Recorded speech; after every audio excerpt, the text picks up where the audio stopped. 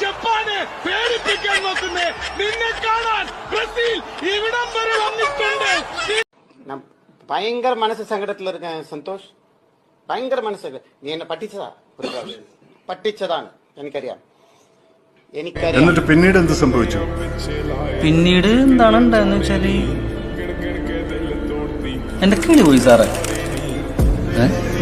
കിളി പോയി എന്ന് പറഞ്ഞാല് നമ്മുടെ ഉള്ളിലുള്ള കിളികളൊക്കെ അത് മൊത്തം ഇങ്ങനെ വെളിയിലോട്ട് പോണത്.